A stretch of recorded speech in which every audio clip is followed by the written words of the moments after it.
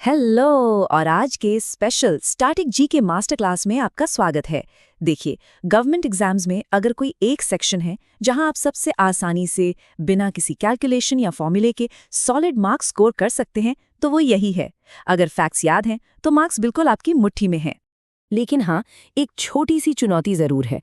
अगर हम United Nations की माने तो दुनिया भर में करीब 180 करेंसीज रिकॉग्नाइज की गई हैं। अब ये नंबर सुनकर थोड़ी घबराहट होना लाजमी है, राइट? पर टेंशन बिल्कुल मत लीजिए। आज के इस सेशन में हम इस पूरे डेटा को इतने स्ट्रक्चर्ड और आसान तरीके से ब्रेक डाउन करेंगे कि सब कुछ टिप्स पर याद हो जाएगा। फटाफट आज के एजेंडा पर एक नज़र डाल लेते हैं। हम शुरू करेंगे जनरल अवेयरनेस के एडवांटेज से, उसके बाद कॉन्टिनेंट समरी कार्ड्स देखेंगे, फिर इंडिया और उसके पड़ोसी देशों पर फोकस करेंगे और आखिर में एक मज़ेदार रैपिड फायर क्विज होगा। तो चलिए अपने पहले टॉपिक की तरफ बढ़ते हैं, द जनरल अवेयरनेस एडवांटेज, जहां हम बिना कैलकुलेशंस के मार्क्स स्कोर करना सीखेंगे। अब आते हैं अपने दूसरे और सबसे इम्पॉर्टेंट हिस्से पर, कॉन्टिनेंट समरी कार्ड्स। देशों को कॉन्टिनेंट के हिसाब से ग्रुप करके याद रखना रिकॉल करने का सबसे बेस्ट तरीका है। यूरोप समरी कार्ड को ध्यान से देखिए। यहाँ यूरो का दबदबा साफ नजर आता है, जैसे बेल्जियम में। पर आपको क्या लगता है, एग्जाम्स में आसान सवाल आएंगे? बिल्कुल नहीं। वहाँ एक्सेप्शंस पूछे जाते हैं, जैसे यूके का पाउंड स्टर्लिंग, स्विट्जरलैंड का स्विस फ्रैंक और स्वीडन की क्रोना। इन एक्सेप्शंस को हाई प्रायोरिटी पर याद रखना है। वैसे स्वीडन की कैपिटल स्टॉकहोम और करेंसी क्रोना को याद रखने की एक जबरदस्त ट्रिक बताऊं? बस ये सोचिए कि स्टॉक मार्केट में इन्वेस्ट करके हमें क्रोना यानी क्राउन जीतना है ना आसान? अब अमेरिकास की बात करते हैं। नॉर्थ अमेरिका में डॉलर का राज है। यूएसए और कनाडा इसके सबसे बड़े एग्जाम्पल्स हैं। वहीं अगर आप साउथ अमेरिका की तरफ देखें तो वहाँ ज़्यादातर पेसोस चलते हैं, जैसे अर्जेंटीना और क्यूबा में। तो एग्जामिनर आपसे क्या पूछेगा? वो पूछेगा ब्राज़ील के बारे में, क्योंकि ब्राज़ील यहाँ एक एक्सेप्शन है, उनकी करेंसी रियल है। इसे याद रखने के लिए बस इतना सोच लीजिए कि ब्राज़ील फुटबॉल के मैदान पर हमेशा रियल मैजिक दिखाता है। अफ्रीका कॉन्टिनेंट के समरी कार्ड में आपको काफ़ी वैरायटी मिलेगी। इजिप्ट में इजिप्शियन पाउंड चलता है, पर आपको अपना ध्यान साउथ अफ्रीका के रैंड और नाइजीरिया के नायरा पर फोकस करना है। और सबसे इंटरेस्टिंग केस तो जिम्बाब्वे का है। वहाँ डायरेक्टली यूनाइटेड स्टेट्स डॉलर का इस्तेमाल होता है। और यकीन मानिए, एग्जाम सेटर्स को ऐसे यूनिक फैक्ट्स सच में बहुत पसंद आते हैं। ओशिनिया रीजन पर आते हैं, और सच कहूं तो इसे याद रखना सबसे आसान है। यहाँ ज्यादातर देशों ने अपनी लोकल करेंसी के रूप में डॉलर को ही अपनाया हुआ है।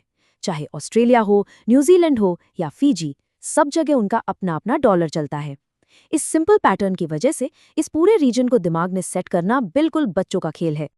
अब सोर्स मटेरियल से ओशियानिया के बारे में एक ऐसी कमाल की ट्रिविया शेयर करता हूँ जो एग्जाम में एक बहुत बड़ा ट्रैप बन सकती है। नारू, ये पैसिफिक ओशन का एक छोटा सा आइलैंड है। इनफैक्ट दुनिया का दूसरा सबसे छोटा रिपब्लिक है। पर इसकी सबसे अनोखी बात क्या है पता है? इस देश की कोई ऑफिशियल कैपिटल सिटी है ही नहीं। लिटरल सेंस में कोई कैपिटल नहीं है। एग्जाम के प्रेशर में लोग अक्सर तुक्के लगाते हैं, पर इस फैक्ट को याद रखना आपके लिए एग्जाम में गेम चेंजर साबित हो सकता है।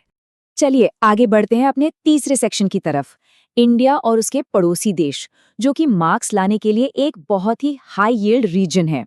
इस हाई यील्ड रीजन में भारत, नेपाल और श्रीलंका में तो रुपया का सीधा दबदबा दिख रहा है। पर पॉइंट ये है कि एग्जामिनर्स आसान रुपये वाले सवाल क्यों पूछेंगे? वो पूछेंगे बांग्लादेश के बारे में, जिनकी कैपिटल ढाका है और करेंसी टाका। इसे याद रखना बहुत सिंपल है। ढाका और टाका दोनों एकदम राइमिंग वर्ड्स हैं। इस छोटे से निमोनिक से ये आपको हमेशा के लिए याद हो जाएगा। एक और पड़ोसी देश है जहां ये बहुत ही क्रिटिकल एक्सेप्शन है, और वो है भूटान। वहां एक नहीं बल्कि 2 अलग-अलग करेंसीज चलती हैं। वहां ऑफिशियली इंडियन रूपी का भी इस्तेमाल होता है और उनकी अपनी करेंसी भूटानीज नुलड्रम का भी। टेस्ट सेटर्स के लिए ये एक परफेक्ट ट्रिक क्वेश्चन बनता है, तो इसे बिल्कुल मिस नहीं करना है। ऑलराइट, अब आते हैं अपने चौथे और सबसे मजेदार हिस्से पर, रैपिड फायर प्रैक्टिस क्विज। अब आपके क्विक रिकॉल की बारी है। पहला सवाल आपके सामने ये रहा, इनमें से कौन सा कंट्री और करेंसी का कॉम्बिनेशन गलत है? ऑप्शंस हैं Belgium euro, Portugal dollar, Spain euro, Chile peso और बांग्लादेश टाका। ऐसे क्वेश्चंस में ना हमेशा एलिमिनेशन ट्रिक यूज किया कीजिए। बेल्जियम और स्पेन यूरोप में है, वहाँ यूरो कॉमन है, तो इन्हें तुरंत एलिमिनेट कर दीजिए। और बांग्लादेश का टाका तो हमने अभी थोड़ी देर पहले ही पढ़ा था, याद है ना? और बिल्कुल सही, इसका सही जवाब है ऑप्शन 2, पोर्चुगल और डॉलर। ये मैच गलत है क्योंकि पोर्चुगल यूरोप का हिस्सा है, तो वहाँ डॉलर थोड़ी चलेगा, वहाँ यूरो चलता है। एग्जाम के हाई प्रेशर माहौल में ये एलिमिनेशन स्ट्रैटेजी आपका बहुत टाइम बचा सकती है। दूसरा सवाल देखिए और ध्यान से, क्योंकि ये एक क्लासिक ट्रैप है। ऑस्ट्रेलिया की कैपिटल क्या है? ऑप्शंस हैं वियना, ब्रसल्स, कैनबरा, मिन्स्क या फिर कायरो। अब टेस्ट सेटर्स यहाँ क्या उम्मीद करते हैं पता है?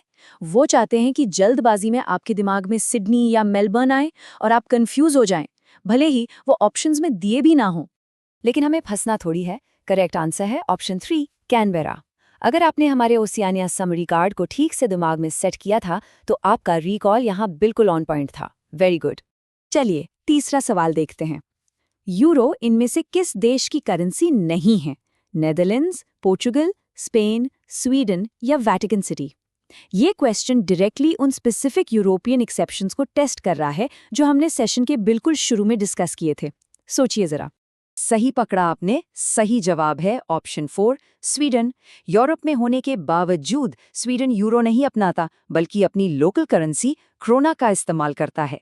ये एक्सेप्शन एग्जाम्स में बार बार पूछा जाता है, तो इसको भूलना नहीं है। आगे बढ़ते हैं। चौथा सवाल, थिम्पू किस देश की कैपिटल है? भूटान, नेपाल, क्यूबा, फिजी या इजिप्ट? देखिए, ये हमारे high yield regional neighbourhood data का एक डायरेक्ट रिकॉल टेस्ट है। अगर मैप आपके दिमाग में क्लियर है तो ये सवाल पलक झपकते ही सॉल्व हो जाएगा। और सही जवाब है ऑप्शन 1, भूटान। यहाँ हम उस फैसिनेटिंग फैक्ट को एक बार फिर से रिकॉल कर सकते हैं।